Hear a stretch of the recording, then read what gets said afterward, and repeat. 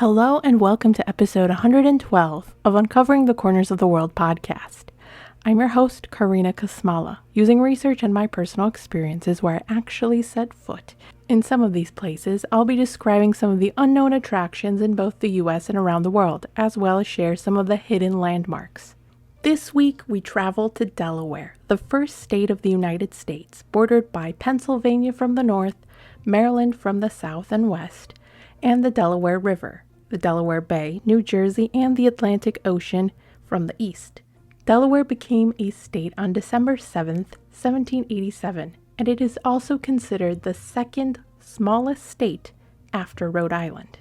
Our first attraction lets us immerse into the whimsical land of fairy tales. Located at 5105 Kennett Pike in Winterthur, Delaware, 19735, is Winterthur Museum, Garden, and Library. The Winterthur Mansion, with 175 rooms, was once the home to Henry Francis Dupont. Previously, the home belonged to Jacques Antoine and Evelina Dupont Biederman, who immigrated to the United States in the 1800s. The home only had 12 rooms at that time, designed in a Greek Revival architectural style. The estate was named Winterthur after the Swiss town that Jacques' family was from. Jacques and Evelina met after Jacques' father visited the E.I. Dupont de Nemours and Company, a company that produced gunpowder located in the Brandywine Valley, and it was owned by Evelina's father.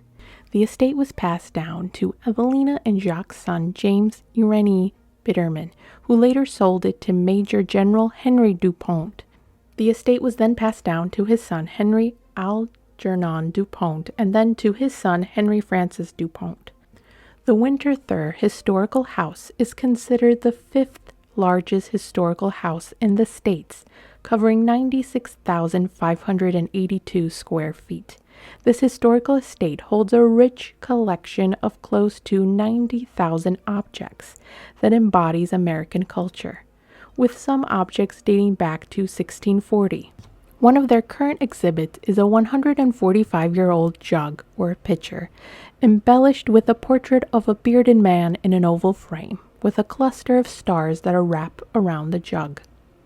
The Winterthur Library maintains a collection of rare books, original works of art, on paper, vintage prints, photographs, manuscripts, the history of the Winterthur estate, and its museum from the 17th to the 20th centuries.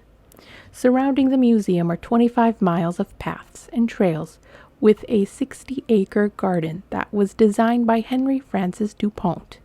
Near the Grand Museum is a 3-acre fairy tale garden called the Enchanted Woods. The charming garden is surrounded by oak trees and includes a fairy cottage, a bird's nest, and an acorn tea room, giving the impression that the garden was created by fairies. Approximately 96 miles from Winterthur Gardens is a state park, where its sandy beaches cover bunkers from World War II.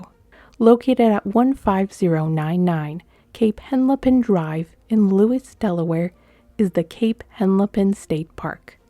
Established as a public land in 1682 by William Penn, during the 18th and 19th century, the land was dedicated to government use, including the construction of Fort Miles, which was completed in 1943.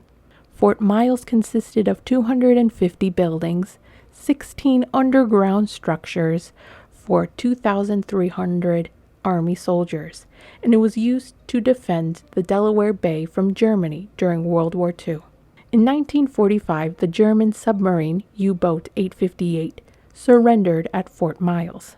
The following years later, the harbor defenses began to leave the fort. During the 1950s, the United States determined that there was no threat to the coast, so the U.S. Coast Artillery Corps was disbanded.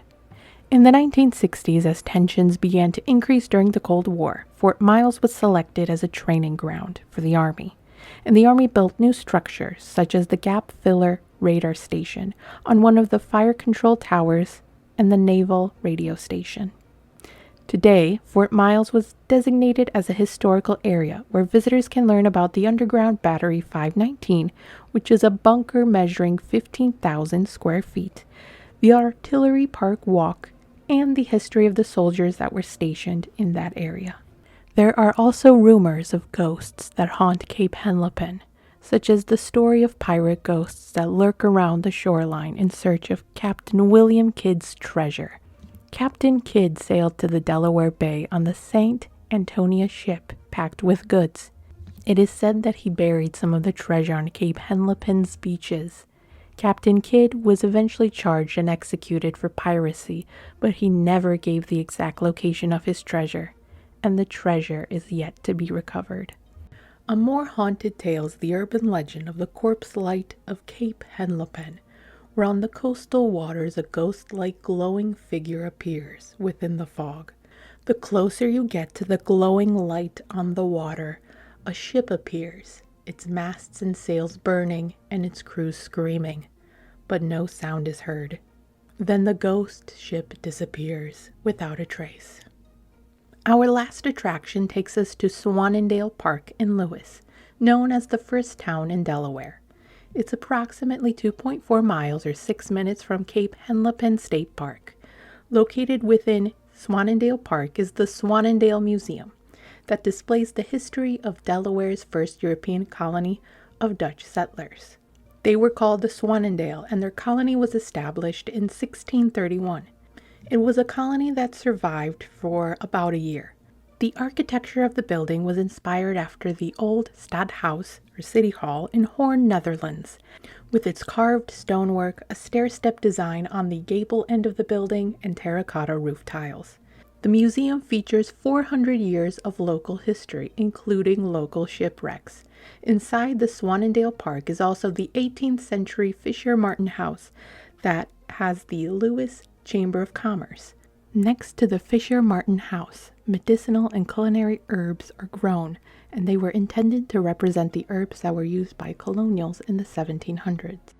Thank you for listening to this week's episode. If you're thinking about learning more about the Winterthur Museum, Garden, and Library, check out the websites winterthur.org. And if you want to learn more about the DuPont family, check out the website hagley.org/research/digital exhibits. If you're interested in reading more about Cape Henlopen State Park, visit the Delaware State Park's website and the Cape Gazette website. To read more about the haunting tales of Delaware, visit the Urban Legend, Mystery, and Myth website.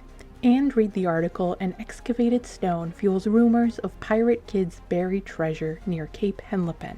Lastly, if you're thinking about visiting the Zwaanendael Park and Museum, visit the websites AmericanHeritage.com and the City of Lewes' website. The music used in this podcast is from Makesoundmusic. Have a great week!